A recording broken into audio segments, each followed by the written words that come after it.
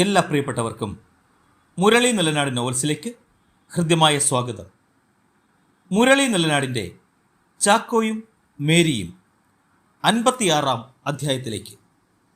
അവതരണം രാജീവ് വെഞ്ഞാറമൂട്. 4 പേർക്കിരിക്കാൻ സൗകര്യമുള്ള ഡൈനിങ് ടേബിളിന് മുന്നിൽ ചാക്കോയും മണിച്ചാമിയും ഉച്ചഭക്ഷണം കഴിക്കാൻ വന്നിരുന്നു. പുറത്തു വന്ന് ഫ്രെഡി കൊടുത്തുവിട്ട ചോറും കറികളും മേരി പ്ലേറ്റുകളിലേക്ക് മാറ്റിയിരുന്നു. മണിച്ചാമി ഗ്ലാസ് പതിച്ച ടേബിളിൽ തട്ടി നോക്കി. അങ്ങനെ നമുക്കൊരു ഭാഗ്യമുണ്ടായി മക്കളെ. പ്ലേറ്റുകളിലേക്ക് മേരി ചോറിട്ടു. ഇത് വലിയ ഭാഗ്യമായിട്ടൊന്നും മണിയപ്പ കരുതണ്ട. ഉള്ള കാലം മുഴുവനും ഫ്രട്ടിച്ചേട്ടൻ നമുക്ക് 4 നേരവും ശാപ്പാട് മേടിച്ച് തരുമെന്നാണോ ധരിച്ചു വച്ചിരിക്കുന്നേ? നമ്മൾ ഇവിടെ ഉണ്ടുറങ്ങി കഴിയാനാണോ പോണത്? സ്ഥലമൊക്കെ ഒന്ന് പരിചയപ്പെട്ടാൽ നമ്മൾ പാടാനായി തെരുവിലോട്ട് പോകത്തില്ലേ? വേണ്ടുന്ന സഹായമൊക്കെ ഫ്രട്ടിച്ചേട്ടൻ ചെയ്തു തരാമെന്നും പറഞ്ഞില്ലയോ നമ്മളെ ഇവിടെ കൊണ്ടുവന്നത്? ചാക്കോ പറഞ്ഞു. അതിനു മറുപടി പറയാതെ മേരി പ്ലേറ്റിലേക്ക് മീൻകറി ഒഴിച്ചു. അവൻ പറയുന്നത് ശരിയല്ലേ മോളെ? നമുക്ക് ജീവിക്കാനുള്ള കാശ് നമ്മൾ ഉണ്ടാക്കും. പിന്നെ ഈ വീടിൻ്റെ കാര്യം വാടക കൊടുക്കാനാണെങ്കിൽ അത് നമ്മളെ കൊണ്ട് പറ്റുവേല. ഫ്രട്ടി എന്താ പറയുന്നതെന്ന് നോക്കാം. ചോറും മീൻകറിയും കുഴച്ച് മണിച്ചാമി പാത്രം കാലിയാക്കാൻ തുടങ്ങി. ചാക്കോ സാവകാശമാണ് ഊണ് കഴിച്ചത്. മേരിയിലുണ്ടായ മാറ്റമാണ് അവനെ വേദനിപ്പിച്ചുകൊണ്ടിരുന്നത്. മിനിറ്റിൽ 1 തവണയെങ്കിലും ചാക്കോച്ചാന്ന് വിളിക്കാറുള്ള അവൾ ആ വിളി മറന്നതുപോലെയാണ് തോന്നുന്നത്. മേരി ഇരിക്ക്, ചാക്കോ പറഞ്ഞു. അവൾ അടുക്കളയിലോട്ട് പോയി മോനെ, നീ കഴിക്ക്, അസല് മീൻകറിയ. മേരിക്കെന്തോ അകൽച്ച വന്നതുപോലെ തോന്നുവാ മണിയപ്പ. കയ്യിലെടുത്ത ചോറ് വായിലേക്ക് കൊണ്ടുപോകാതെ ചാക്കോ തൻ്റെ സങ്കടം പറഞ്ഞു. അത് നിനക്ക് തോന്നുന്നതാ. അവിടെ നിന്ന് രക്ഷപ്പെട്ട സന്തോഷത്തിലാ അവള്. പിന്നെ ഇവിടെ വന്നപ്പോൾ അവളൊന്ന് പേടിച്ചു പോയി എന്നത് നേരാ. അതൊക്കെ മാറിയില്ലേ? മണിയപ്പ പറ്റുമെങ്കിൽ ഫ്രട്ടിച്ചേട്ടനെ ചെന്നൊന്ന് കാണണം. എനിക്ക് നാളെ മുതൽ എവിടെയെങ്കിലും പാടിത്തുടങ്ങണം. അത് മണിയപ്പ ഏറ്റു. ഏമ്പക്കം വിട്ടിട്ട് മണിയപ്പ എഴുന്നേറ്റ് പോയി. മേരി വന്നത് ചാക്കോ അറിഞ്ഞു. മേരിയേ. അവളുടെ നേരെ നോക്കി അവൻ വിഷമത്തോടെ വിളിച്ചു. ചോറ് വേണോ? വേണ്ട. മേരി ഇരിക്ക്. അവൾ കസേര വലിച്ചിട്ടിരുന്നു. എന്നിട്ട് മറ്റൊരു പ്ലേറ്റിൽ ബാക്കിയിരുന്ന ചോറും കറികളും കൈകൊണ്ട് നീക്കിയെടുത്ത് കഴിക്കാൻ തുടങ്ങി. ചാക്കോച്ചൻ കൈ കഴുകിയേച്ച് അകത്ത മുറിയിൽ പോയി കിടന്നോ? ചാക്കോച്ചൻ മണിയപ്പയുടെ കൂടെ വരാന്തയിൽ കിടക്കണ്ട. അവിടെ ആവുമ്പോൾ കട്ടിലുണ്ട്. മേരി മുറിയിൽ കിടന്നാ മതി. ഞാൻ അടുക്കളയിലാ കിടക്കാൻ പോണത്. മേരി എന്നാത്തിനാ ഇങ്ങനെ കുത്തും മനയും വെച്ച് സംസാരിക്കുന്നത്? അന്ന് പറ്റിപ്പോയത് എൻ്റെ കുറ്റം കൊണ്ടല്ലെന്ന് മേരിക്ക് അറിയാവുന്നതല്ലേ? അവരൊക്കെ ചേർന്ന്. ചാക്കോയെ തുടരാൻ മേരി അനുവദിച്ചില്ല. കാഴ്ചയില്ലാത്ത ചാക്കോച്ചൻ അവരെയൊക്കെ ഇടിച്ച് തെറിപ്പിക്കണമെന്ന് പറയാൻ മാത്രം മണ്ടിയൊന്നുമല്ല ഞാൻ. പിന്നെന്താ മേരി? ചാക്കോച്ചൻ്റെ മനസ്സിൽ എനിക്കൊരു സ്ഥാനവുമില്ലെന്ന് എനിക്ക് മനസ്സിലായി.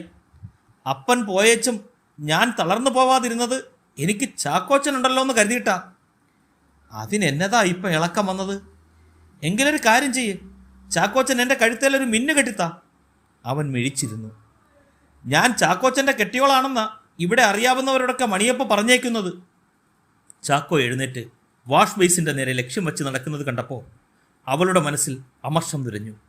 കൈ കഴുകിയിട്ട് തിരിഞ്ഞു നിൽക്കാതെ തപ്പിത്തടഞ്ഞ് അവൻ മുറിയിലേക്ക് പോയി. മനസ്സിൽ അവളെയും കൊണ്ട് നടക്കട്ടെ. ചാക്കോച്ചൻ എവിടാണെങ്കിലും നീലാംബരി അവിടെ വരുമെന്ന പ്രതീക്ഷയില്ല. ഇനി എന്തു വേണമെന്ന് മേരിക്കറിയാം. അവൾ വേഗം ഊണ് കഴിഞ്ഞ് പ്ലേറ്റുകൾ കഴുകി വെച്ചിട്ട് മുറിയുടെ വാതിൽക്കൽ വന്ന് അകത്തേക്ക് എത്തി നോക്കി. കട്ടിലിൽ 2 കൈയും കൊണ്ട് അമർത്തിപ്പിടിച്ച് ചാക്കോ കുനിഞ്ഞിരിക്കുകയാണ്. അവൾ മുൻവശത്തേക്ക് ചെന്നു. മണിച്ചാമി റോഡിലിറങ്ങി നിന്ന് ആരോടോ സംസാരിക്കുന്നത് അവൾ കണ്ടു. മണിയപ്പാ. അവൾ വിളിച്ചപ്പോൾ അയാൾ മുറ്റത്തേക്ക് വന്നു. എന്താ മോളെ? എനിക്ക് മണിയപ്പയോടൊരു കാര്യം പറയാനുണ്ട്. അതിനെന്താ? പറ. മണിയപ്പ വാ. മേരി എതിർവശത്തെ റോഡ് കടന്ന് പൈപ്പിൻ്റെ ചുവട്ടിൽ നിന്നു. അയാൾ അങ്ങോട്ട് ചെന്നു. എനിക്കൊന്നും മനസ്സിലാവുന്നില്ല. എന്താ മോളെ? നീ അകൽച്ച കാണിക്കുന്നെന്നാ അവൻ സങ്കടപ്പെടുന്നത്. മണിയപ്പ ഒന്നും അറിയാത്ത പോലെ സംസാരിക്കരുത്. ചാക്കോച്ചൻ്റെ പിന്നാലെ ഒരു പെണ്ണുള്ള കാര്യം മണിയപ്പയല്ലേ എന്നോട് പറഞ്ഞത്? അവൾ ഇവിടെ എങ്ങനെ വരാനാ മോളെ? അത് മനസ്സിൽ കണ്ടല്ലേ നമ്മൾ ഇങ്ങോട്ട് പോന്നത്. അയാൾ ചിരിച്ചു. അവളത്ര നിസ്സാരക്കാരിയൊന്നുമല്ല. ഒരിക്കലും ഊമയായി അഭിനയിച്ച് അവൾ എൻ്റെ മുന്നിൽ വന്നതാ. ഏതോ ഓട്ടോ ഡ്രൈവറുടെ പെങ്ങളാ അവള്. ചാക്കോച്ചന് ഓട്ടോക്കാരോട് സ്നേഹം തോന്നാനുള്ള കാരണം അതുകൊണ്ടാ. മണിച്ചാമി തലയാട്ടി. ചാക്കോച്ചൻ ഇവിടുത്തെ തെരുവിൽ പാടാൻ വേണ്ടി തയ്യാറെടുത്ത് നിൽക്കുക. അത് ജീവിക്കാൻ കാശുണ്ടാക്കാനൊന്നും അല്ല. ചാക്കോച്ചൻ്റെ പാട്ട് ഏതെങ്കിലും ഓട്ടോക്കാരൻ കേട്ടാ അത് അവളുടെ ചെവിയിലെത്തും. നീ എന്തൊക്കെയാ മോളെ പറഞ്ഞു വരുന്നത്? മണിച്ചാമി മനസ്സിലാവാതെ അവളെ നോക്കി. ചാക്കോച്ചനെ ഇനി തെരുവിൽ പാടാൻ സമ്മതിക്കരുത്. ചാക്കോച്ചൻ പാടിക്കിട്ടുന്ന കാശ് കൊണ്ട് നമുക്ക് ജീവിക്കണ്ട. ആ ജീവിതം അധികകാലം ഉണ്ടാവില്ല. മേരിയുടെ സ്വരത്തിന് ഉറപ്പുണ്ടായിരുന്നു. അത് അവൻ അനുസരിക്കണ്ടേ? നമ്മൾ സമ്മതിക്കാതിരുന്ന ചാക്കോച്ചൻ എങ്ങനെ പാടാനാ? മണിയപ്പോൾ ഫ്രെട്ടിച്ചേട്ടനെ പറഞ്ഞു വിലക്കണം. നമുക്ക് പിച്ച എടുത്ത് ജീവിക്കാം. മണിച്ചാമി താടി കുത്തിച്ചൊറിഞ്ഞു. പാട്ടുപാടിയല്ലാതെ ജീവിക്കാൻ ഒരു വഴി ഫ്രെട്ടിച്ചേട്ടൻ നമുക്കുണ്ടാക്കി തരും. എനിക്ക് ചാക്കോച്ചനെ വേണം. ചാക്കോച്ചൻ എന്നെ വിട്ടേച്ച് പോയാ പിന്നെ ഞാൻ ഉണ്ടാവില്ല. മേരി കണ്ണുകൾ തിരുമ്മിക്കരഞ്ഞു. നീ പറയുന്നതിൻ്റെ അപകടവശം എനിക്ക് മനസ്സിലാവുന്നുണ്ട്. വലിയ പാട്ടുകാരനെന്ന മട്ടില്ല അവനിപ്പോൾ ജീവിക്കുന്നത്. പാടണ്ടെന്ന് നമ്മൾ പറഞ്ഞാൽ അവന് വിരോധമാവും. അവനത് കേട്ടെന്നും വരൂല. പിണങ്ങിപ്പോയാൽ നമ്മൾ എന്തു ചെയ്യും? ചാക്കോച്ചൻ എങ്ങോട്ട് പോകാനാ? അവൾ വരാതെ ഒരിടത്തും ചാക്കോച്ചൻ പോവില്ല. അതിലെനിക്ക് ഉറപ്പുണ്ട്. നമ്മളായി ഒന്നും ചാക്കോച്ചനോട് പറയണ്ട. ഫ്രെട്ടിച്ചേട്ടനെ കൊണ്ട് വേണം പറയിക്കാൻ. ഒന്നും മറച്ചു വയ്ക്കാതെ മണിയപ്പ എല്ലാം ഫ്രെട്ടിച്ചേട്ടനോട് പറഞ്ഞാൽ മതി. ഇവിടെ തെരുവിൽ പാടിയാലൊന്നും കാര്യമില്ലെന്ന് ഫ്രെട്ടിച്ചേട്ടൻ പറഞ്ഞോളും. മണിച്ചാമി തലയാട്ടി. എന്നാൽ മണിയപ്പ ചെന്ന് ഫ്രെട്ടിച്ചേട്ടനെ കണ്ടേച്ചു വാ. വൈകിട്ട് ഫ്രെട്ടിച്ചേട്ടൻ വരുമ്പോൾ പാട്ടിൻ്റെ കാര്യം ചാക്കോച്ചൻ എടുത്തിടും. ഉടനെ ചാക്കോച്ചൻ്റെ വായ മൂടണം. നമ്മളൊന്നും അറിഞ്ഞിട്ടുമില്ല കേട്ടിട്ടുമില്ല. ഞാൻ ഇപ്പം തന്നെ അവനെ ചെന്ന് കാണാൻ നോക്കാം. മണിച്ചാമി നടന്നു നീങ്ങി. ഇനി ചാക്കോച്ചൻ തെരുവിൽ പാട്ടുപാടില്ല. ആ പാട്ട് കേട്ടറിഞ്ഞ് ഒരാളും ഇവിടേക്ക് വരാനും പോകുന്നില്ല. മേരി ആശ്വാസത്തോടെ വീടിന് നേരെ നടന്നു. കുര്യച്ചൻ്റെ ശരീരം വൃത്തിയായി ഡ്രസ്സ് ചെയ്തിട്ട് ഹോം നഴ്സ് പുറത്തു വന്നു. വരാന്തയിൽ എൽസയും പീറ്ററും നിൽപ്പുണ്ടായിരുന്നു. മുറിവ് എങ്ങനെയുണ്ട് എൽദോ? പീറ്റർ ആരാഞ്ഞു. മുറിവ് കരിയുന്ന ലക്ഷണമാ. ഇടയ്ക്കൊന്ന് ചരിച്ചു കിടത്തണം. ഞാൻ നാളെ വരാം. അവൻ നടന്നു നീങ്ങി. അവർ മുറിയിൽ പ്രവേശിച്ചു. നെഞ്ചൊപ്പം പുതച്ച് കണ്ണുകൾ തുറന്ന് കുര്യച്ചൻ ബെഡിൽ കിടപ്പുണ്ട്. പുറത്തെ വ്രണം പ്രശ്നമാകുമെന്നാ ഞാൻ കരുതിയത്. കുര്യച്ചൻ്റെ അടുത്ത് വന്നിട്ട് പീറ്റർ സഹാനുഭൂതിയോടെ പറഞ്ഞു. എൽസ അപ്പയെ നോക്കി നിന്നു. അവളുടെ കണ്ണുകൾ സാവധാനം നിറയാൻ തുടങ്ങി. അപ്പയ്ക്ക് തിരിച്ചറിവില്ലാതിരിക്കുമോ പപ്പ? ഒരു മനുഷ്യൻ ഇങ്ങനെ കിടക്കുവാണേൽ അതുണ്ടാവില്ലേ? ഞാൻ പറയാം മോളെ, കുറച്ച് ദിവസത്തെ സമയം എനിക്ക് താ. എൽസ കുര്യച്ചൻ്റെ നെറ്റിയിൽ കൈവച്ചു. അപ്പാ, അവൾ വിളിച്ചു. ഇമകളൊന്ന് അനങ്ങിയതുപോലെ പീറ്ററിന് തോന്നി. ഉള്ളിൽ തിരിച്ചറിവുണ്ടെന്നാ എനിക്ക് തോന്നുന്നത്. കുര്യച്ചൻ്റെ ഈ കിടപ്പ് കാണുമ്പോൾ ഞാൻ ഓർക്കാറുണ്ട്. ആരെയോ ഒന്ന് കാണാൻ വേണ്ടി കാത്തുള്ള കിടപ്പ് പോലെ. അപ്പ ഇനി ആരെ കാത്തു കിടക്കാനാ? ഇത് അപ്പയുടെ വിധിയെന്നല്ലാതെ എന്നാ പറയാനാ? ഔദയിൽ കുര്യച്ചൻ മുതലാളി ആയത് ഒത്തിരി പേരെ ദ്രോഹിച്ചിട്ടാവും. അവൾ കണ്ണുകൾ കർച്ചീഫ് കൊണ്ട് ഒപ്പിയെടുത്തു. അങ്ങനൊന്നും പറയരുത് മോളെ. ഭൂമിയിൽ ഓരോരുത്തരും അവരുടെ ജീവിതചക്രം പൂർത്തിയാക്കുന്നു. എൽസയുടെ സെൽ റിംഗ് ചെയ്തു. എൽസ ചെന്ന് ബാഗിലിരുന്ന ഫോൺ എടുത്തു. സേവ്യറിൻ്റെ കോളായിരുന്നു. സേവിച്ചനാ? നീ എടുക്ക്. എൽസ കോൾ എടുത്തു. എന്നതാ സേവിച്ച? അപ്പ എവിടാ കിടക്കുന്നേ? ഞാനിപ്പോൾ ഹോസ്പിറ്റലിലുണ്ട്. ഞാൻ ഇറങ്ങി വരാം. അവൾ കോൾ കട്ട് ചെയ്തു. അപ്പയെ കാണാൻ സേവിച്ചൻ വന്നിട്ടുണ്ട്. കുര്യച്ചനെ വന്ന് കാണാൻ അവൻ അവകാശമുണ്ട്. എൽസ പുറത്തേക്ക് പോയി. അവൾ പുറത്തു വന്നപ്പോൾ സേവ്യർ കാറിൻ്റെ അരികിൽ നിൽപ്പുണ്ടായിരുന്നു. അവളെ കണ്ടതും അവൻ അങ്ങോട്ട് വന്നു. അപ്പ ജീവനോടെ ഉണ്ടോയെന്നറിയാനാണോ സേവിച്ചൻ വന്നത്? പരിഹാസം കലർത്തി അവൾ ചോദിച്ചു. നീ വീട്ടിൽ വന്ന് ബലം പ്രയോഗിച്ചെടുത്തോണ്ട് പോയതല്ലേ? സേവ്യർ വിട്ടുകൊടുത്തില്ല. അവൻ മുറിയിലേക്ക് കയറി ചെന്നു. കുര്യച്ചൻ്റെ അടുത്ത് കസേരയിൽ പീറ്റർ ഇരിപ്പുണ്ടായിരുന്നു. ആ, സേവ്യർ വന്നത് നന്നായി. മുഷിച്ചിൽ കാട്ടാതെ പീറ്റർ ക്ഷണിച്ചു. സേവ്യർ അടുത്തു വന്ന് കുര്യച്ചനെ നോക്കി. ചുറ്റുപാട് അവനൊന്ന് വീക്ഷിച്ചു. നല്ല പ്രകാശം വരുന്ന മുറിയായിരുന്നു അത്. ജനലിലൂടെ നോക്കിയാൽ മുറ്റത്തെ പൂത്തു നിൽക്കുന്ന ചെടികളും വൃക്ഷങ്ങളും കാണാം. മുറിക്കുള്ളിൽ സുഗന്ധമുണ്ടായിരുന്നു. ദേഹത്ത് പൊട്ടിയടർന്ന മുറിവുകളൊക്കെ കരിഞ്ഞു തുടങ്ങിയിട്ടുണ്ട്. ദൈവാനുഗ്രഹം എന്നേ പറയണ്ടു. ജീവൻ പോകാൻ ഒരു സമയം പറഞ്ഞിട്ടുണ്ട്. കിടന്ന് അനുഭവിച്ചാലൊന്നും അതുണ്ടാവുകയല്ല, പീറ്റർ പറഞ്ഞു.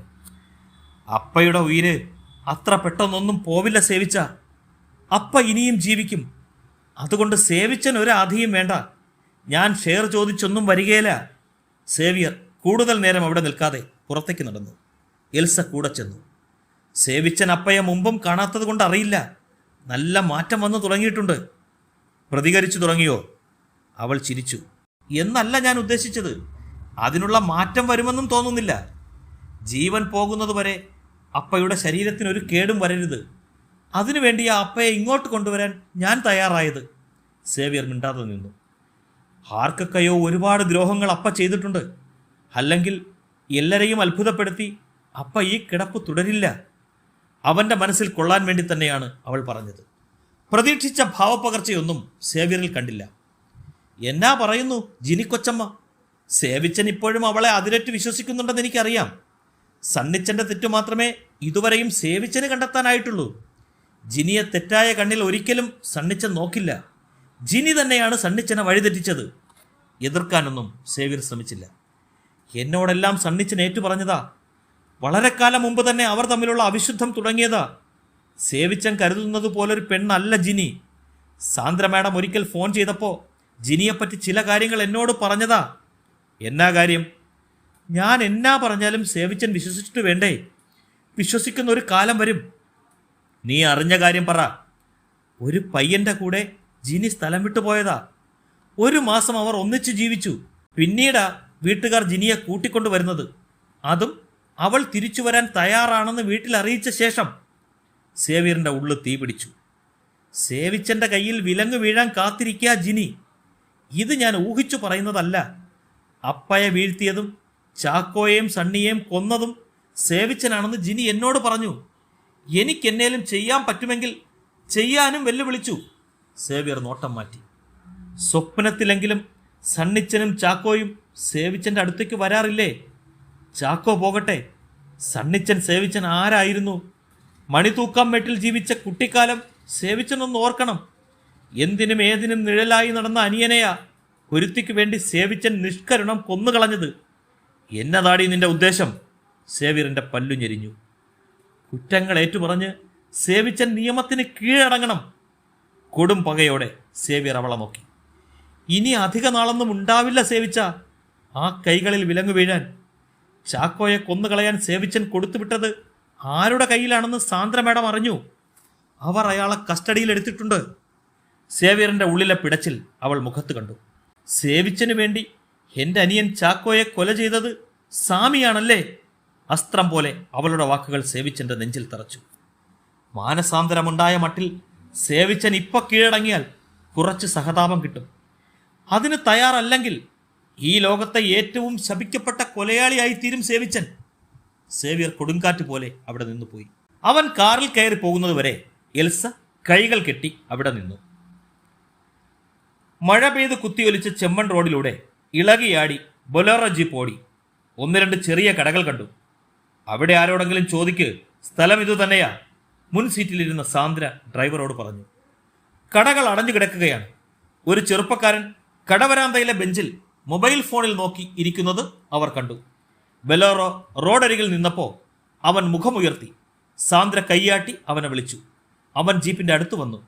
ചെറിയൊരു പരിങ്ങൽ അവന്റെ മുഖത്തുണ്ടായി. പെട്ടെന്ന് മടക്കിക്കുത്ത് അവൻ അഴിച്ചിട്ടു. എന്താ മാഡം? ബഹുമാനത്തോടെ അവൻ ചോദിച്ചു. നിങ്ങൾക്കെന്നെ അറിയോ? മാഡം DCP അല്ലേ? സാന്ദ്ര അവനെ ഒന്ന് നോക്കി. കഷണ്ടി കയറിയിട്ടുണ്ടെങ്കിലും മുഖം കണ്ടിട്ട് വലിയ പ്രായമൊന്നും മതിച്ചില്ല. കാവി കൈലിയും വെള്ള ഷർട്ടുമാണ് വേഷം. നെറ്റിയിൽ കുങ്കുമക്കുറി. എന്താ തൻ്റെ പേര്? രജീഷ്. എന്താ മാഡം? ഇതല്ലേ കൂമ്പാറ? അതെ, ഈ ഭാഗമൊക്കെ അങ്ങനെ അറിയുന്നേ. ഇവിടെ ഒരു ഹോം നഴ്സിനെ അന്വേഷിച്ചാണ് ഞാൻ വന്നത്. രജിത എന്ന അവളുടെ പേര് തനിക്കറിയോ? അറിയാം. എന്താ മാഡം? അതൊരു പാവം പെങ്കൊച്ച. എന്തെങ്കിലും പ്രശ്നമുണ്ടോ മാഡം? അവൻ്റെ മുഖത്ത് പരിഭ്രമമുണ്ടായി. കേസുമായി ബന്ധപ്പെട്ട കാര്യമൊന്നുമല്ല. അവൾക്ക് പരിചയമുള്ള മറ്റൊരു കുട്ടിയെക്കുറിച്ച് ചില വിവരങ്ങൾ അറിയണം. താൻ വണ്ടിയിലേക്ക് കയറ്. അവൻ ജീപ്പിൽ കയറി. ആ കയറ്റം കയറിയ അവളുടെ വീടായി, രജീഷ് പറഞ്ഞു. എന്താ തൻ്റെ പണി? മേസൻ പണിയാ മാഡം. താൻ എവിടെ വെച്ചാ എന്നെ കണ്ടത്? ഞാനൊരു നല്ല വായനക്കാരനാ മാഡം. പത്രങ്ങളെല്ലാം വായിക്കും. മാഡത്തിൻ്റെ ചിത്രം കണ്ടിട്ടുണ്ട്. രജിതയെ കാണാൻ നീലാംബരി എന്നൊരു പെൺകുട്ടി വരാറുണ്ടോ? ഉണ്ട്. എനിക്കവളെ അറിയാം. 2 മാസം മുമ്പും അവൾ വന്നിരുന്നു. രജിതയുടെ അമ്മയുടെ ചികിത്സയ്ക്കുള്ള പണം അവളാ കൊടുക്കുന്നത്. രജിത ഇപ്പൊ ജോലിക്കൊന്നും പോകുന്നില്ല. അവൾ വല്ല കുഴപ്പത്തിലും ചെന്ന് പെട്ടോ മാഡം? അവളൊരു പരാതി എൻ്റെ കയ്യിൽ തന്നിരുന്നു. അതിൻ്റെ അന്വേഷണത്തിലാ ഞാൻ. ഇപ്പൊ നീലാംബരിയെ പറ്റി ഒരു വിവരവുമില്ല. അതാ അന്വേഷിച്ചു വന്നത്. ചാക്കോയുടെ കേസാണോ മാഡം? ആ, നിങ്ങൾക്കതറിയാമോ? ഒരിക്കൽ അവൾ പറഞ്ഞിരുന്നു. കേസ് അന്വേഷിച്ചത് മാഡമാണെന്ന് എനിക്കറിയില്ലായിരുന്നു. അവൾ മാഡത്തെ പിന്നെ കോണ്ടാക്ട് ചെയ്യാതിരിക്കാൻ കാരണമുണ്ട്. ചാക്കോ ജീവിച്ചിരിപ്പുണ്ടെന്നാ നീലാംബരി രജിതയോട് പറഞ്ഞത്. സാന്ദ്ര അത്ഭുത സ്തബ്ധയായി. തന്നെക്കാൾ മുമ്പേ അവൾ ആ സത്യം മനസ്സിലാക്കി. ഒരു ജില്ലയിലെ മുഴുവൻ ഫോഴ്സും ഉപയോഗിച്ചിട്ടും തനിക്ക് മുമ്പേ അവൾ അത് തിരിച്ചറിഞ്ഞു. അസാധാരണയായ പെണ്ണു തന്നെ അവൾ. ചാക്കോ മരിച്ചിട്ടില്ലെങ്കിൽ എവിടെ ഉണ്ടെന്ന് അവൾ പറയുന്നത്? എവിടെയോ വച്ച് ചാക്കോ തെരുവിൽ പാടുന്നത് നീലാംബരി കണ്ടുവത്രേ. അതുമാത്രമേ എനിക്കറിയൂ. രജിതയ്ക്കെല്ലാം അറിയാം. അവൾ മാഡത്തോട് പറയും. അങ്ങനെയെങ്കിൽ ചാക്കോയും നീലാംബരിയും ഒരു സ്ഥലത്ത് തന്നെയുണ്ട്. തമിഴ്നാട്ടിൽ അന്വേഷിക്കുന്നതിൽ ഒരു കാര്യവുമില്ല. വണ്ടി കയറ്റം കയറി. അതാ അവളുടെ വീട്. റോഡരികിലായി ചുറ്റുവേലിയൊന്നുമില്ലാത്ത സിമന്റ് കട്ടയിൽ തീർത്ത ചെറിയൊരു വീട് കണ്ടു. ബലോറോ റോഡരികിൽ നിന്നു. രജീഷ് ഡോർ തുറന്നിറങ്ങി. മാഡം വരൂ. അവന്റെ പിന്നാലെ വീട്ടുമുറ്റത്തേക്ക് സാന്ദ്ര ചെന്നു. വരാന്തയിലിരുന്ന 12 വയസ്സിനടുത്ത് പ്രായമുള്ള ആൺകുട്ടി എഴുന്നേറ്റു. ഉണ്ണിക്കുട്ടാ, രജിത ഇല്ലേടാ? രജീഷ് ചോദിച്ചു. ആ, ചേച്ചി ഉണ്ട്. അവൻ അകത്തേക്ക് ഓടിപ്പോയി.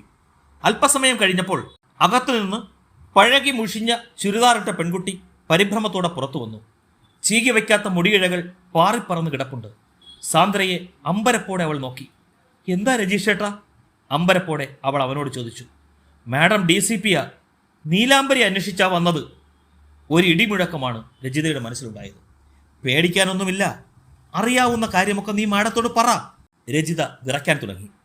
അവരുടെ മുന്നിൽ പിടിച്ചു നിൽക്കാൻ കഴിയില്ലെന്ന് അവൾക്കുറപ്പായി. നീ ഇങ്ങോട്ട് വാ.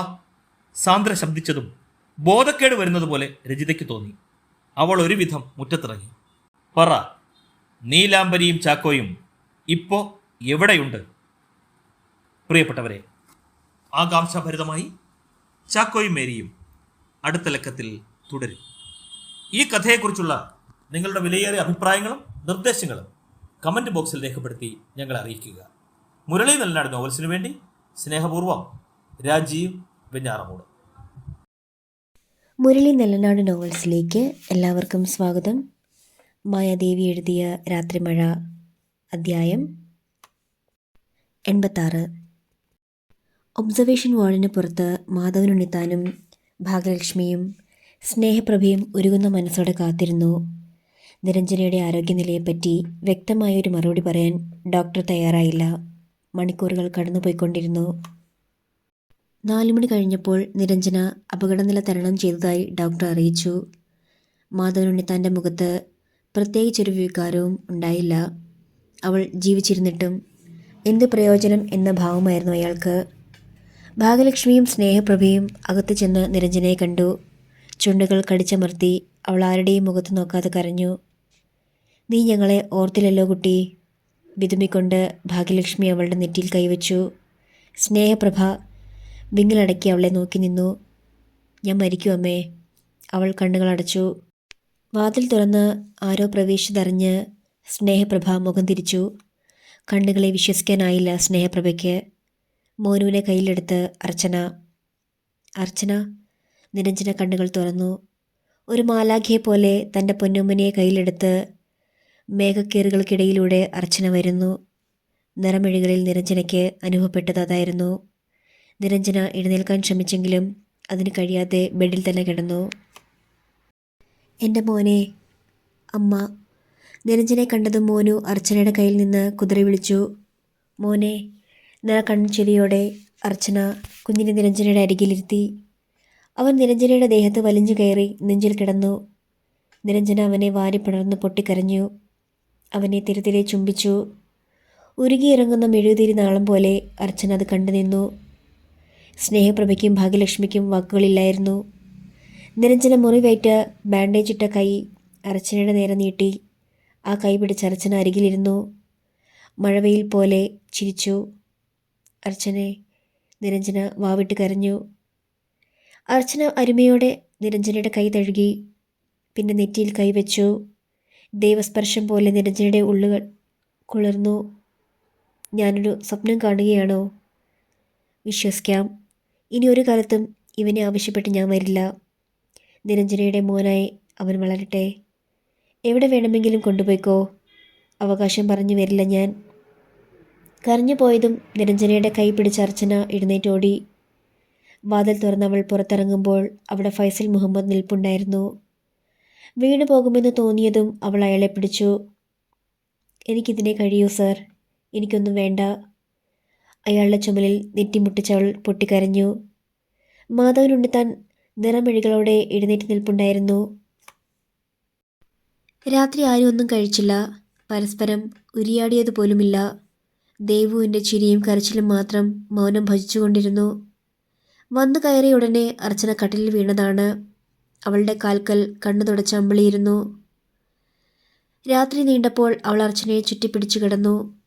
രാവിലെ 9 മണിക്കാണ് അർച്ചന മുറിയിൽ നിന്ന് പുറത്തു വന്നത്. രാജപ്പൻ സെറ്റിയിൽ ചിന്താതീതനായി ഇരിപ്പുണ്ട്. കുഞ്ഞിനെ എടുത്ത് സിറ്റൗട്ടിലായിരുന്നു ദിനേശൻ. അർച്ചനയെ കണ്ടവൻ അകത്തു വന്നു.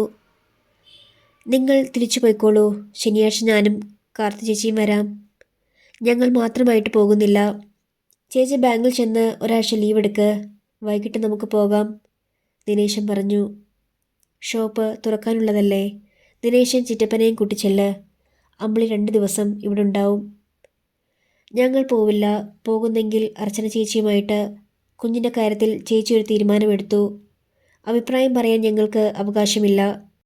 ഇനി ഒരാൾ കൂടി വിധി അറിയാൻ കിടപ്പുണ്ട്. അതിന് അർച്ചന ചേച്ചി എടുക്കുന്ന തീരുമാനം എന്തു തന്നെയായാലും നിഴലായി ഞങ്ങൾ കൂടെ ഉണ്ടാവും. അർച്ചന ഒരക്ഷരം പറയാതെ മുറിയിലേക്ക് പോയി. മോനുവിൻ്റെ നിരഞ്ജനയ്ക്ക് വിട്ടുകൊടുത്തത് ആർക്കും ഇഷ്ടമായിട്ടില്ല. ഫൈസി സാറിനെ വിളിച്ചു വരുത്തി ആരോടും പറയാതെ കുഞ്ഞിനെ എടുത്ത് പോവുകയായിരുന്നു. എല്ലാവരോടും സംസാരിച്ചാൽ താൻ തളർന്നു പോകുമെന്ന് ഭയന്നു. പകൽ മുഴുവൻ അർച്ചന മുറിയിൽ തന്നെ കഴിച്ചുകൂട്ടി. മറ്റുള്ളവരെ ബോധ്യപ്പെടുത്താൻ പേരിന് ഭക്ഷണം കഴിച്ചു. 5 മണി കഴിഞ്ഞപ്പോൾ അമ്പിളി ഓടി വന്നു. അച്ചു ചേച്ചി. പെട്ടെന്ന് അവൾക്ക് വാക്കുകൾ വന്നില്ല. നമ്മുടെ മോനു. അർച്ചന പിടഞ്ഞെഴുന്നേറ്റു. അവനെ തിരിച്ചു തരാൻ അവർ വന്നു അച്ചു ചേച്ചി. അർച്ചനയ്ക്ക് വിശ്വസിക്കാനായില്ല. അവൾ അമ്പിളിയെ മറികടന്ന് ഹാളിലേക്ക് വന്നു.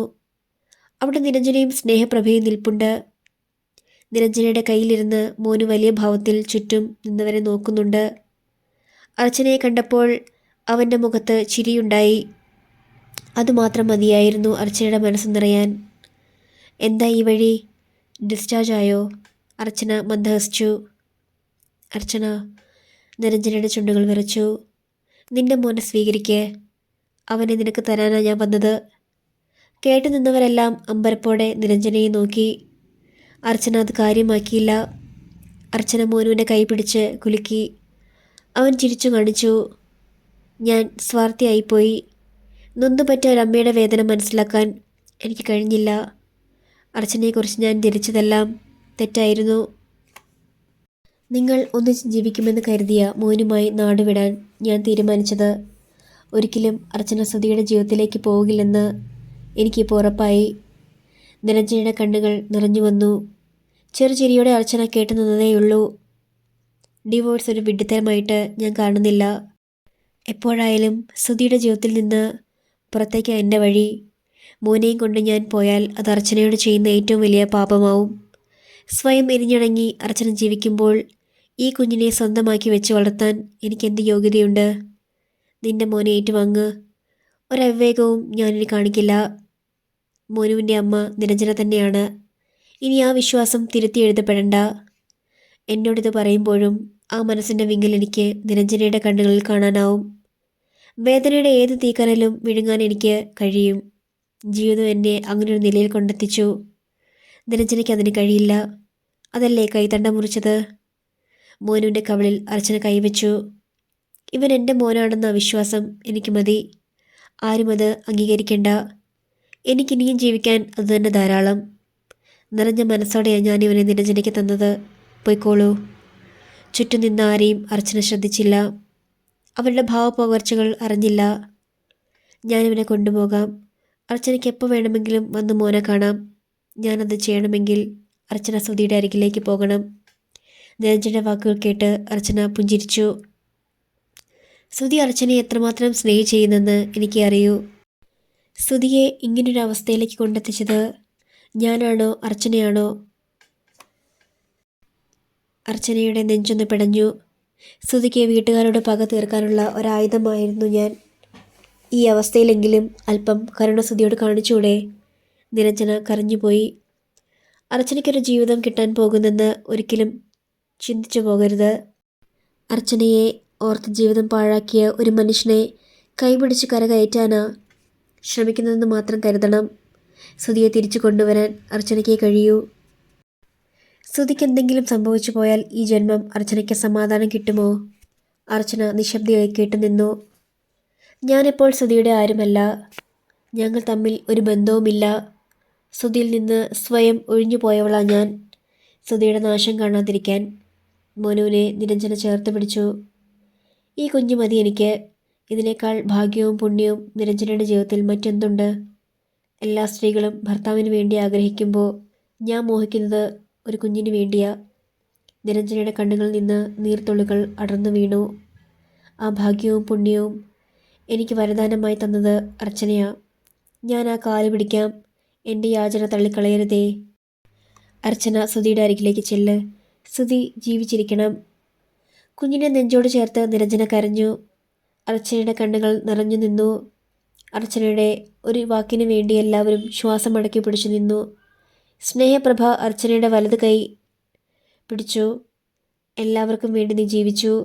വെറുത്തവരെയും ശപിച്ചവരെയും നീ സ്നേഹിച്ചു. സ്നേഹം കൊണ്ട് കീഴടക്കി.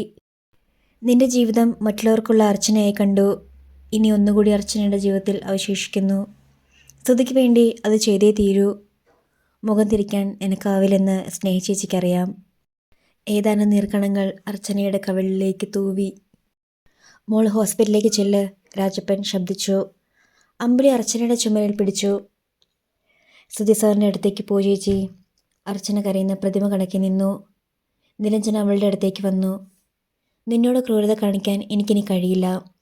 സ്തുതിയെ കൈയൊഴുകിയാണെങ്കിൽ ഞാൻ ഇവനെ നിനക്ക് മടക്കിത്തരുന്നു. മോനുവിനെ നിരഞ്ജന അർച്ചനയുടെ നേരെ നീട്ടി. വാങ്ങിക്കോ. ഇവനെ വളർത്താൻ അർഹയല്ല ഞാൻ. ഇത് ഈശ്വരൻ ഒന്നുകൂടി തെളിയിച്ചു. ഭൂമി പിളർന്ന് അപ്രതീക്ഷയായെങ്കിലെന്ന് അർച്ചന പ്രാർത്ഥിച്ചു. അർച്ചനയുടെ കയ്യിൽ കുഞ്ഞിനെ ഏൽപ്പിച്ച് നടക്കാൻ തുനിഞ്ഞ് നിരഞ്ജനയെ സ്നേഹപ്രഭ തടഞ്ഞു നിർത്തി. നിൽക്ക്, അർച്ചന ഒരു വാക്ക് പറഞ്ഞിട്ട് പോവാം. സ്നേഹപ്രഭ അർച്ചനയുടെ നേരെ തിരിഞ്ഞു. അർച്ചന, ഇതിങ്ങനെ വേണം പര്യവസാനിക്കാൻ. നിരഞ്ജനയ്ക്കും കുഞ്ഞും നിനക്ക് സ്തുതിയും എന്നൊരിക്കലും ചിന്തിക്കരുത്. സ്തുതിയുടെ അവസ്ഥ വളരെ ക്രിട്ടിക്കലാണ്. രാവിലെ അല്പനേരം കണ്ണു തുറന്നെന്ന് കേട്ടു. നല്ല പരിചരണം കൊണ്ട് മാത്രമേ സ്തുതിയെ മടക്കിക്കൊണ്ട് വരാൻ സാധിക്കൂ. ഒരു പുനരധിവാസം എന്ന നിലയ്ക്ക് കണ്ടാൽ മതി. അർച്ചനയ്ക്ക് അതിന് കഴിയൂ. പ്രതീക്ഷയുടെ സ്നേഹപ്രഭ അർച്ചനയെ നോക്കി. രേവതിയും അമ്പിളിയും അർച്ചനയുടെ ഇരുവശത്തുമായി നിൽപ്പുണ്ടായിരുന്നു. ഡൈനിങ് ടേബിളിനടുത്ത് കാർത്യായനിയും ശ്യാമളയും നിന്നു. നിറഞ്ഞു വരുന്ന കണ്ണുകൾ ശ്യാമള ഇടയ്ക്കിടെ സാരിത്തുമ്പുകൊണ്ട് ഒപ്പിക്കൊണ്ടിരുന്നു. കൈകൾ പിണച്ചുകെട്ടി ചുവരിൽ വലതു ചുമൽ ചേർത്ത് ദിനേശൻ നിശബ്ദനായി നിന്നു. രാജപ്പൻ്റെ മുഖത്ത് അക്ഷമ നിഴലിച്ചു. ഒന്നും അറിയാതെ അർച്ചനയുടെ കയ്യിലിരുന്ന മോനു രേവതിയുടെ കയ്യിലിരുന്ന ദേവുവുമായി ചങ്ങാത്തം കൂടുകയാണ്. രണ്ടുപേരുടെയും കളിച്ചിരി ഒച്ചകൾ പെട്ടെന്ന് പടർന്ന നിശബ്ദതയെ ഭഞ്ജിച്ചു. അർച്ചനയുടെ മനസ്സ് മാറിയില്ലെന്ന് നിരഞ്ജനയ്ക്ക് ഉറപ്പായി. ഇനി നിന്നിട്ട് കാര്യവുമില്ല. സ്തുതിയുടെ അരികിലേക്ക് അർച്ചന പോവില്ലെങ്കിൽ ഇനി ഞാനിവിടെ നിന്നിട്ട് കാര്യമില്ല. ഞാൻ പോവുകയാണ് അർച്ചന. ഇനി നമ്മൾ ഒരിക്കലും കാണില്ല. നിരഞ്ജനയുടെ കണ്ണുകൾ പെട്ടെന്ന് നിറഞ്ഞു. കുഞ്ഞിനെ വിട്ടുതരാൻ വരുമ്പോഴും അവനെ തിരിച്ചു കിട്ടുമെന്ന് അവൾ 10 മടങ്ങ് ആഗ്രഹിച്ചിരുന്നെന്ന് അർച്ചനയ്ക്ക് മനസ്സിലായി. കുഞ്ഞെന്ന വികാരത്തിൽ കവിഞ്ഞ നിരഞ്ജനയുടെ മനസ്സിൽ മറ്റൊന്നുമില്ല. അവളുടെ പ്രാണവായുവാണ് മോനു. ആ പ്രാണവായുവിനെയാണ് അവൾ ഉപേക്ഷിക്കുന്നത്. പോകാം. തളർന്ന സ്വരത്തിൽ സ്നേഹപ്രഭയോട് പറഞ്ഞിട്ട് നിരഞ്ജന തിരിഞ്ഞു നടന്നു. എല്ലാ മനസ്സുകളിലും ഒരു നിശബ്ദ സ്ഫോടനം സംഭവിച്ചു. യാചനയോടെ സ്നേഹപ്രഭ അർച്ചനയെ നോക്കി. നിരഞ്ജന നിൽക്ക്. അർച്ചനയുടെ ചുണ്ടുകൾ ചലിച്ചു. നടന്നു തുടങ്ങിയ അർച്ചന പെട്ടെന്ന് നിന്നു. മോനുവിനെ നിറഞ്ഞ മനസ്സോടെയാണ് ഞാൻ നിരഞ്ജനയ്ക്ക് തന്നത്. അവൻ്റെ അമ്മ നിരഞ്ജന തന്നെയാണ്. അതിനുവേണ്ടി ഞാൻ സ്തുതിയുടെ അടുത്തേക്ക് പോകാം. നിരഞ്ജന തിരിഞ്ഞ് വിസ്മയത്തോടെ അർച്ചനയെ നോക്കി. അർച്ചനയാണോ അത് പറഞ്ഞത്? എല്ലാ മുഖങ്ങളിലും പ്രകാശം പടർന്നു. അർച്ചന മുന്നോട്ട് ചെന്ന് മോനുവിനെ നിരഞ്ജനയുടെ കയ്യിൽ കൊടുത്തു. അർച്ചന വാ, നിന്നെ ഞങ്ങൾ ഹോസ്പിറ്റലിലേക്ക് വിടാം. ഉറപ്പ് വരുത്തിയിട്ടേ ഞാൻ പോകൂ. നിരഞ്ജന അപേക്ഷയോടെ നിന്നു. വരാം, ഞാൻ സുധിയുടെ അരികിലേക്ക് പോകേണ്ട സമയം ഇതുതന്നെയാണ്. അർച്ചന സമ്മതം അറിയിച്ചു. സുധി സാറ് ഏത് ഹോസ്പിറ്റലിലാ? ദിനേശൻ ആരാഞ്ഞു. അമൃതംഗമയ, കുണ്ടന്നൂരിലാണ് ഹോസ്പിറ്റൽ. സ്നേഹപ്രഭ മറുപടി പറഞ്ഞു. നമുക്കിറങ്ങാം. കുഞ്ഞുമായി നിരഞ്ജന മുമ്പേ നടന്നു. സ്നേഹപ്രഭയും അർച്ചനയും അവൾക്കൊപ്പം നീങ്ങി. ദിനേശൻ പുഞ്ചിരിയോടെ എല്ലാവരെയും നോക്കി. ഒടുവിൽ ആ നല്ല ദിവസവും വന്നു. എല്ലാ മിഴികളിലും സ്നേഹം പെയ്യുകയായിരുന്നു. അർച്ചനയും സുധിയും ഒത്തുചേരുന്നു. സ്നേഹപ്രഭയാണ് കാർ ഓടിച്ചത്. പിന്നിൽ അർച്ചനയും നിരഞ്ജനയും ഇരുന്നു. അവർക്ക് നടുവിൽ എഴുന്നേറ്റ് നിന്ന മോനുവിനെ അർച്ചന പിടിച്ചു. അമൃതംഗമയുടെ മുന്നിൽ ചെന്നിറങ്ങുമ്പോൾ സന്ധ്യ വീണിരുന്നു. നേരിയ ചാറ്റൽ മഴ പെയ്യുന്നുണ്ട്. നിരഞ്ജന കുഞ്ഞുമായി കാറിൽ നിന്നിറങ്ങാൻ കൂട്ടാക്കിയില്ല. സ്നേഹ, അർച്ചനയെ സുധിയുടെ മുറിയിലേക്ക് എത്തിച്ചിട്ട് വാ. ഞാനും മോനും കാറിലിരിക്കാം. സുധിയെ ഒന്ന് കാണാൻ പോലും നിരഞ്ജന ആഗ്രഹിക്കുന്നില്ലേ? അർച്ചന ചോദിച്ചു. ആഗ്രഹിക്കാഞ്ഞിട്ടല്ല, അച്ഛൻ എന്നെ തടയും. ഈ സമയം ഞാനവിടെ അധികപ്പറ്റാണ്. നിങ്ങൾ ചെല്ലൂ. നിരഞ്ജനയെ ഇവിടെ ഇരുത്തി ഞാൻ സുധിയുടെ അരികിലേക്ക് പോവില്ല. എൻ്റെ കൂടെ വരുന്ന നിരഞ്ജനയെ ആര് തടയാനാവും? സുധി മോനെ ഒന്ന് കണ്ടോട്ടെ. അർച്ചന ഡോർ തുറന്നു പിടിച്ചു. ഇറങ്ങി വാ. നിരഞ്ജന ഇപ്പോൾ സുധിക്ക് ആരുമല്ലല്ലോ, സ്നേഹ ചേച്ചിയെപ്പോലെ ഒരാൾ. വാ. അർച്ചന മോനുവിനെ എടുത്തു. നിരഞ്ജനയ്ക്ക് പുറത്തിറങ്ങാതിരിക്കാൻ കഴിഞ്ഞില്ല. അർച്ചനയ്ക്കും സ്നേഹപ്രഭയ്ക്കും പിന്നിലായി നടക്കുമ്പോൾ ഓരോ ചുവടും പിന്നോട്ട് വലിക്കുന്നത് പോലെ നിരഞ്ജനയ്ക്ക് തോന്നി. വേഷം ആടിത്തീർത്ത കഥാപാത്രം വീണ്ടും അരങ്ങിലേക്ക് ചെല്ലുന്ന വികാരമായിരുന്നു നിരഞ്ജനയ്ക്ക് അനുഭവപ്പെട്ടത്. റൂമിൻ്റെ മുന്നിൽ ചെന്ന് സ്നേഹപ്രഭ വാതിലിൽ തട്ടി. വാതിൽ തുറന്നത് ഫൈസൽ മുഹമ്മദ് ആയിരുന്നു. സ്നേഹപ്രഭയുടെ മുഖം കണ്ടപ്പോൾ അയാളുടെ മനസ്സിൽ തണുപ്പ് പടർന്നു. കുഞ്ഞുമായി അർച്ചന അകത്തേക്ക് വരുന്നത് കസേരകളിലിരുന്ന വിശ്വനാഥനും ജയന്തിയും ത്രസിക്കുന്ന മനസ്സോടെ കണ്ടു. ഒടുവിൽ അവൾ വന്നു. ഏറ്റവും പിന്നിൽ നിരഞ്ജനയെ കണ്ടതും വിശ്വനാഥൻ്റെ മുഖം കറുത്തുപോയി. അർച്ചന കുഞ്ഞുമായി സുധീഷിൻ്റെ അടുത്തേക്ക് ചെന്നു. കണ്ണടച്ച് കിടക്കുകയായിരുന്നു സുധീഷ്. ആ രൂപം കണ്ടതും ഒരു പൊട്ടിക്കരച്ചിൽ അർച്ചന ഹൃദയത്തിൽ നിന്ന് കുതിച്ചു വന്നു. സുധിയാണോ ഈ കിടക്കുന്നത്? രാവിലെ സുധിക്ക് ബോധം തെളിഞ്ഞു. മയക്കത്തിലായിപ്പോ, ഫൈസൽ മുഹമ്മദ് പറഞ്ഞു. സുധി, അർച്ചന ഇടർച്ചയോടെ വിളിച്ചു. സുധീഷിൻ്റെ ഇടുമകൾ പിടഞ്ഞു. വളരെ സാവധാനം കൺപോളകൾ തുറന്നു. അരികിലായി കുഞ്ഞിനെ കയ്യിലെടുത്ത് അർച്ചന നിൽക്കുന്നത് അയാൾ കണ്ടു. അർച്ചന. സുധീഷിൻ്റെ വരണ്ട ചുണ്ടുകൾ ചലിച്ചു. ഞാൻ മാത്രമല്ല, നിരഞ്ജനയുണ്ട്. എവിടെ? അയാളുടെ കണ്ണുകൾ പരതി. ആ ചോദ്യം കേട്ടതും നിരഞ്ജന സുധീഷിൻ്റെ അരികിലേക്ക് അലച്ചു വന്നു. നിയന്ത്രണം വിട്ടവൾ കരഞ്ഞു. അയാൾ അവളെ നോക്കിക്കിടന്നു. എന്തിനാ കരയുന്നത്? എല്ലാം ഫൈസി പറഞ്ഞു. മോനെ അർച്ചന വിട്ടു തന്നില്ലേ? സന്തോഷമായില്ലേ? മോനു വേണ്ടിയല്ലേ ഇതൊക്കെ ചെയ്തത്? ഒടുവിൽ മരിക്കാനും തയ്യാറായി. വാ പുത്തി, നിരഞ്ജന കരഞ്ഞു. ചവിട്ടിക്കുറുക്കി വിശ്വനാഥൻ മുറിവിട്ടു. മരിക്കാനും ഒരു സമയമുണ്ട്. നമ്മൾ രണ്ടുപേരും ആ പരീക്ഷയിൽ തോറ്റുപോയി. സുധീഷിൻ്റെ മുഖത്ത് വിളറിയ ചിരി പരന്നു. മോനുവിനെ അരികിലെത്തിക്കാൻ സുധീഷ് അർച്ചനയോട് ആംഗ്യം കാണിച്ചു. അർച്ചന അവനെ സുധീഷിനരികിലിരുത്തി. ട്രിപ്പിടാതെ ഇടത് കൈകൊണ്ട് സുധീഷ് അവനെ തഴുകി. മോനു ഭയന്ന് കരഞ്ഞുകൊണ്ട് നിരഞ്ജനയുടെ നേരെ ആഞ്ഞു. നിരഞ്ജന അവനെ എടുത്തു. നിന്റെ അച്ഛനാണടാ.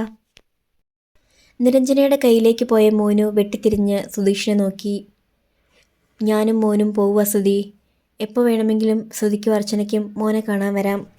നിങ്ങളറിയാതെ ഒരിടത്തേക്കും ഞാനിവനെ കൊണ്ടുപോവില്ല. നിരഞ്ജന കുഞ്ഞിനെ നെഞ്ചോടടക്കി വിതുമ്പിപ്പൊട്ടി.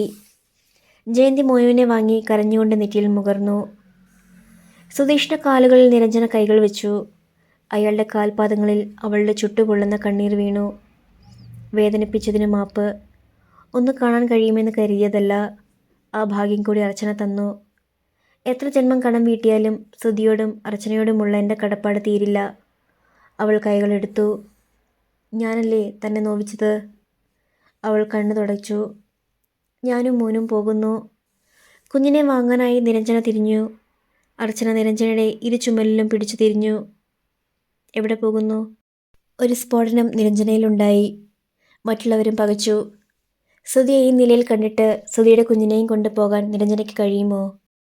കനത്ത ആ ചോദ്യത്തിനു മുന്നിൽ നിരഞ്ജന ഉലഞ്ഞുപോയി. നീ എന്ത് കരുതിയാ എൻ്റെ കൂടെ വന്നത്? നിരഞ്ജന കാണാത്ത മുഖമായിരുന്നു അർച്ചനയിൽ കണ്ടത്. ഒരു വിധി പ്രസ്താവത്തിലൂടെ നിങ്ങളുടെ ബന്ധം അറ്റുപോയെന്നോ? ഒരു ബന്ധം അറ്റുപോകണമെങ്കിൽ അതാദ്യം സംഭവിക്കേണ്ടത് മനസ്സുകളില. മനസ്സിൽ അറ്റുപോകുന്ന ബന്ധം മാത്രമേ കോടതി വിധിയിലൂടെ അവസാനിക്കൂ. നിന്റെ മനസ്സിലെപ്പോഴും സുധിയുണ്ട്. അതിന് തെളിവ ബന്ധം വേർപ്പെടുത്തി എന്ന് നീ വിശ്വസിക്കുമ്പോഴും കഴുത്തിലണിഞ്ഞ് നെഞ്ചിലെ ചൂട് നൽകി കൊണ്ടു നടക്കുന്ന ഈ താലിമാല. നിരഞ്ജനയുടെ കഴുത്തിൽ കിടന്ന മാല അർച്ചന പിടിച്ചുയർത്തി. അതിൽ താലി സുധീഷ് കണ്ടു. അർച്ചന ബലമായി നിരഞ്ജനയെ സുധീഷിനരികിൽ പിടിച്ചു നിർത്തി. സുധി എത്ര പുണ്യം ചെയ്താലാണ് ഇതുപോലൊരു ജീവിത പങ്കാളിയെ കിട്ടുക? എൻ്റെ ഒപ്പം ജീവിക്കാൻ വാശി പിടിച്ച സുധിക്കറിയൂ എൻ്റെ മനസ്സ് എങ്ങനെയുള്ളതാണെന്ന്. സുധി, മറ്റൊരാളോട് തോന്നുന്നത് ഭ്രമം മാത്രമാണ്. ജീവിതം എന്താണെന്ന് സുധിയെ പഠിപ്പിക്കാൻ ശ്രമിച്ചവളാ നിരഞ്ജന. ഭർത്താവിൻ്റെ മോഹം സാധിച്ചു കൊടുക്കാൻ തയ്യാറായ ഭാര്യ. കൈവിട്ട് കളയരുത്.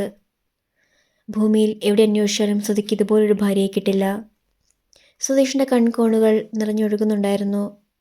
വിറച്ചു വിറച്ചു കരയുന്ന നിരഞ്ജനയുടെ നേരെ അയാളുടെ കൈ നിരങ്ങി വന്നു. ബെഡിലിരുന്ന അവളുടെ കൈ സ്പർശിച്ചതും ഒരു നടുക്കം നിരഞ്ജനയിലുണ്ടായി. അവളുടെ കരത്തിലൂടെ ആ കൈ മുകളിലേക്ക് അരിച്ചരിച്ചു കയറി. തോളിലെത്തിയപ്പോൾ അയാൾ നിരഞ്ജനയെ ചുറ്റിപ്പിടിച്ച് തന്നോട് ചേർത്തു. അയാളുടെ ശിരസിൽ കൈ ചുറ്റി നെഞ്ചിൽ കവിൾത്തടം ചേർത്ത് വെച്ച് നിരഞ്ജന പൊട്ടിക്കരഞ്ഞു. വിട്ടുപോകരുതെന്ന് ഞാൻ പറഞ്ഞതല്ലേ? ഫൈസൽ മുഹമ്മദും സ്നേഹപ്രഭയും സ്തംഭരായി നിന്നു. നിഴമിഴികളോടെ അർച്ചന മനസ്സ് നിറഞ്ഞ് മന്ദഹസിച്ചു. വാതിക്കൽ നിന്ന വിശ്വനാഥൻ്റെ അടുത്തേക്ക് ഒളിച്ചിരുന്നു. സാറിന് വേണ്ടത് സ്വന്തം മകൻ്റെ ചോരയിൽ പിറന്ന ഒരു കുഞ്ഞല്ലേ? അതല്ലാതെ മകനൊരു ഭാര്യയല്ലല്ലോ. സാറിന് വേണ്ട കുഞ്ഞ് സാറിൻ്റെ ഭാര്യയുടെ കയ്യിലുണ്ട്. കുഞ്ഞിൻ്റെ അമ്മ ഏതു സ്ത്രീയായിരുന്നാ സാർ? അർച്ചനയും നിരഞ്ജനയും തമ്മിൽ ഒരു വ്യത്യാസവുമില്ല. കുലമഹിമ നോക്കിയാൽ സാറിന് യോജിക്കുന്ന മരുമകൾ നിരഞ്ജന തന്നെ. വിശ്വനാഥൻ്റെ മുഖം താണു. നിരഞ്ജനയ്ക്ക് വേണ്ടി സാർ എന്നെ വേട്ടയാടി. പിന്നീട് തിരിച്ചും സംഭവിച്ചു. എന്തൊരു മനസ്സാണ് സാറിൻ്റേത്. വെറുക്കാനും സ്നേഹിക്കാനും എത്ര പെട്ടെന്ന് കഴിയുന്നു. മനസാക്ഷിയുണ്ടെങ്കിൽ സാർ സ്വയം ഒന്ന് ചോദിച്ചു നോക്ക്. സാർ ഇന്നോളം ചെയ്തതും ഇപ്പോൾ ചെയ്യുന്നതും ദൈവത്തിന് യോജിച്ചതാണോ? വിശ്വനാഥൻ്റെ കണ്ണുകളിലെ തിളക്കം കണ്ണീരാണെന്ന് അവൾ തിരിച്ചറിഞ്ഞു. സാർ നിരഞ്ജനയെ ഉൾക്കൊള്ളണം. അവർ ഒന്നിച്ച് ജീവിക്കട്ടെ. വിശ്വനാഥൻ ഒന്ന് നിശ്വസിച്ചു. അവളുടെ ശിരസിൽ അയാൾ കൈവച്ചു. അർച്ചനയുടെ കണ്ണുകൾ തിളങ്ങി. സ്നേഹം ഇത്രയും തീവ്രമായ ഒന്നാണെന്ന് എനിക്കറിയാതെ പോയി. തോൽപ്പിച്ചു. എല്ലാവരെയും നീ തോൽപ്പിച്ചു. സ്വയം തോറ്റ്. അയാളെ കടന്നവൾ മുറിക്ക് പുറത്തേക്ക് പോയി. കോറിഡോറിലൂടെ തനിയെ നടക്കുമ്പോൾ അവൾ സാരി തലപ്പ് പിടിച്ച് കണ്ണും മുഖവും തുടച്ചു. അർച്ചന ഹോസ്പിറ്റൽ റിസപ്ഷനെത്തിയതും ദിനേശിന് പിന്നാലെ രേവതിയും അമ്പിളിയും പുറത്തുനിന്ന് അവിടെ പ്രവേശിച്ചതും ഒരേ സമയത്തായിരുന്നു. ചേച്ചി, അമ്പിളി ഓടി വന്ന് അവളെ പിടിച്ചു. അവർ എവിടെ? അർച്ചന മഴ നനഞ്ഞ അമ്പിളിയുടെ മൊഴികൾ ഒതുക്കി വെച്ചു. ദിനേശിനും രേവതിയും അടുത്തെത്തി. അവർ ഒന്നിച്ചു മോളെ, സുധിയും നിരഞ്ജനയും. മോനു? അവനെന്ന് പറയുമ്പോൾ അവനും പെടില്ലേ? അവർ സന്തോഷത്തോടെ ജീവിക്കട്ടെ. ചേച്ചിക്ക് നിങ്ങളില്ലേ? ദിനേശിനും രേവതിയും അമ്പിളിയും സ്തംഭരായി നിന്നു. ഫൈസൽ മുഹമ്മദും സ്നേഹപ്രഭയും വിശ്വനാഥനും അവിടെ എത്തി. പിന്നാലെ ജയന്തിയുടെ കയ്യിൽ മോനും ഉണ്ടായിരുന്നു. അർച്ചന അവരെ നോക്കി ചിരിച്ചു. കുട്ടികൾ എൻ്റെ പിന്നാലെ വരുമെന്ന് എനിക്കറിയാമായിരുന്നു. ഞാൻ ഇറങ്ങട്ടെ. ആരും ശബ്ദിച്ചില്ല. അനിയത്തിമാർക്കൊപ്പം അർച്ചന ഇറങ്ങിപ്പോകുന്നത് അവർ നോക്കിയിരുന്നു. പുറത്ത് രാത്രിയും മഴയുമായിരുന്നു. ദിനേശൻ കാറോടിച്ചു. പിന്നിലെ സീറ്റിൽ അർച്ചനയുടെ ഇരുവശത്തുമായി രേവതിയും അമ്പിളിയും ഇരുന്നു. എൻ്റെ ചേച്ചിക്കൊരു ജീവിതം വേണ്ടേ? അർച്ചനയുടെ തോളിൽ നെറ്റി ചേർന്ന് അമ്പിളി പെട്ടെന്ന് കരഞ്ഞു. ഇതിനേക്കാൾ സന്തോഷമുള്ള ജീവിതം ചേച്ചിക്ക് എവിടെ കിട്ടാനാ? നമ്മളെ സ്നേഹിക്കുന്നവരുടെ മുഖത്ത് തെളിയുന്ന സന്തോഷത്തേക്കാൾ വലുതായി ഒന്നുമില്ല. അത് മതി മോളെ ചേച്ചിക്ക്. രേവതി വിതുമ്പിയപ്പോൾ രണ്ടുപേരെയും അർച്ചന തന്നോട് ചേർത്തണച്ചു. കണ്ണുകൾ നിറഞ്ഞ് ദിനേശിനും പുറം കാഴ്ചകൾ കാണാൻ വയ്യാതായി. കരയില്ലേ മക്കളെ? ഇരു ചുമരിലേക്കും ചാഞ്ഞ 2 ശിരസ്സുകളുമായി അർച്ചന സീറ്റിലേക്ക് ചാരി കണ്ണുകൾ അടച്ചു. വീടെത്തിയെങ്കിൽ എന്നവൾ ആശിച്ചു. രാവോളം കരഞ്ഞാലേ പകലോളം ചിരിക്കാനാവൂ. മറൈൻ ഡ്രൈവിലെ ഒരു ശുഭസായാഹ്നം. കായൽക്കാറ്റേറ്റ് അർച്ചനയും കാർത്യായനിയും ഇരുമ്പ് ബെഞ്ചിലിരുന്നു. പർച്ചേസ് ചെയ്ത സാധനങ്ങളുടെ ബിൽ പരിശോധിക്കുകയാണ് കാർത്യായനി. ഒഴുകിപ്പോകുന്ന ചെറിയ ഹൗസ് ബോട്ടിൽ ടൈറ്റാനിക്കിലെ പ്രണയ ജോഡികളെ പോലെ ഒരു യുവാവും യുവതിയും നിൽക്കുന്നത് അർച്ചന കണ്ടു. എല്ലാ കാറും കോളും പെയ്തൊഴിഞ്ഞു. അലകളില്ലാത്ത തടാകം പോലെ മനസ്സ് ശാന്തമായി കഴിഞ്ഞു. വെയിൽ മങ്ങിയപ്പോൾ കാർത്യായനി എഴുന്നേറ്റു. പോകാം മോളെ. 2 പേരും നടന്നു തുടങ്ങി. രാജീവൻ സാറല്ലേ ഇത്? കായലിലേക്ക് നോക്കിയിരുന്ന രാജീവനെ കാർത്യായനി കണ്ടു. അവർ അടുത്ത് ചെന്നത് അയാൾ അറിഞ്ഞില്ല. ഹലോ സാർ, ഈ ലോകത്തൊന്നുമല്ലെന്ന് തോന്നുന്നു. മുന്നിൽ അർച്ചനയെയും കാർത്യായനിയെയും കണ്ടപ്പോൾ അത്ഭുതത്തോടെ രാജീവൻ എഴുന്നേറ്റു. സർപ്രൈസ് ആയിരിക്കുന്നല്ലോ. ഞങ്ങളൊരു ഷോപ്പിങ്ങിന് ഇറങ്ങിയ കൂട്ടത്തിൽ ഇങ്ങോട്ട് വന്നതാ. അവൾ ഭംഗിയായി ചിരിച്ചു. ഹാപ്പി ആണല്ലോ? അതെ സാർ, വെരി വെരി ഹാപ്പി. ബന്ധുക്കളൊക്കെ പോയോ? എല്ലാവരും പോയി. ഞാനും കാർത്തു ചേച്ചിയും മാത്രമായി. സുധിയും നിരഞ്ജനയും മോനും വിശ്വനാഥൻ സാറിൻ്റെ കൂടെയല്ലേ? അതെ, കോട്ടയത്തെ വീട്ടിലാ. അർച്ചനയ്ക്ക് സമാധാനമായി. ഞാനൊരു ദിവസം ഇന്ദിര ടീച്ചറെ കാണാൻ സാറിൻ്റെ വീട്ടിലേക്ക് വരുന്നുണ്ട്. മോൻ്റെ വിവാഹം നീണ്ടുപോയാൽ അമ്മ മനസ്സുകൊണ്ട് എന്നെ കുറ്റപ്പെടുത്തിയാലോ? മനസ്സിലായി. എന്നെക്കൊണ്ട് കെട്ടിക്കണം. താൻ കാരണം ആരും വിഷമിക്കരുതെന്നാണല്ലോ അർച്ചനയുടെ മതം. അതെ സാർ, ഞാനൊരു കുഞ്ഞിൻ്റെ അമ്മയാണെന്ന് അറിഞ്ഞിട്ടും വിവാഹത്തിന് താല്പര്യം കാണിച്ച ആളല്ലേ സാറ്. സാറിൻ്റെ വിവാഹം കാണാൻ ഞാൻ ആഗ്രഹിക്കുന്നതിൽ തെറ്റില്ലല്ലോ. സാറും ഭാര്യയും സന്തോഷത്തോടെ ജീവിക്കണം. രാജീവൻ ചിരിച്ചു. വിവാഹം മനസ്സുകളുടെ രാസപ്രക്രിയയല്ലേ. ചിലതൊക്കെ അലിഞ്ഞു ചേരും, മറ്റു ചിലതൊക്കെ വിഘടിച്ചു നിൽക്കും. ജീവിതം സന്തോഷകരമാവുമെന്ന് ഇപ്പോൾ പറയാൻ പറ്റില്ല. അവൾ മറുപടിയായി ചിരിച്ചതേയുള്ളൂ. ശരി, വന്നോളൂ. അർച്ചനയ്ക്ക് എപ്പോഴും എൻ്റെ വീട്ടിലേക്ക് സ്വാഗതം. അവൾ തലയാട്ടി ചിരിച്ചു. ശരി സാർ, ഇന്ന് നല്ല സുഹൃത്തുക്കളായിരിക്കാൻ പ്രാർത്ഥിക്കാം. അർച്ചന കാർത്യായനിക്കൊപ്പം നടന്നു നീങ്ങി. ആൾക്കൂട്ടത്തിൽ അവൾ നടന്നു മറിയുന്നതുവരെ അയാൾ നോക്കി നിന്നു. രാജീവൻ്റെ കണ്ണുകളിൽ നീർത്തുള്ളികൾ ഉറഞ്ഞു നിന്നു. അർച്ചന, അവളെന്നും രാത്രിമഴ. നോവൽ അവസാനിച്ചു.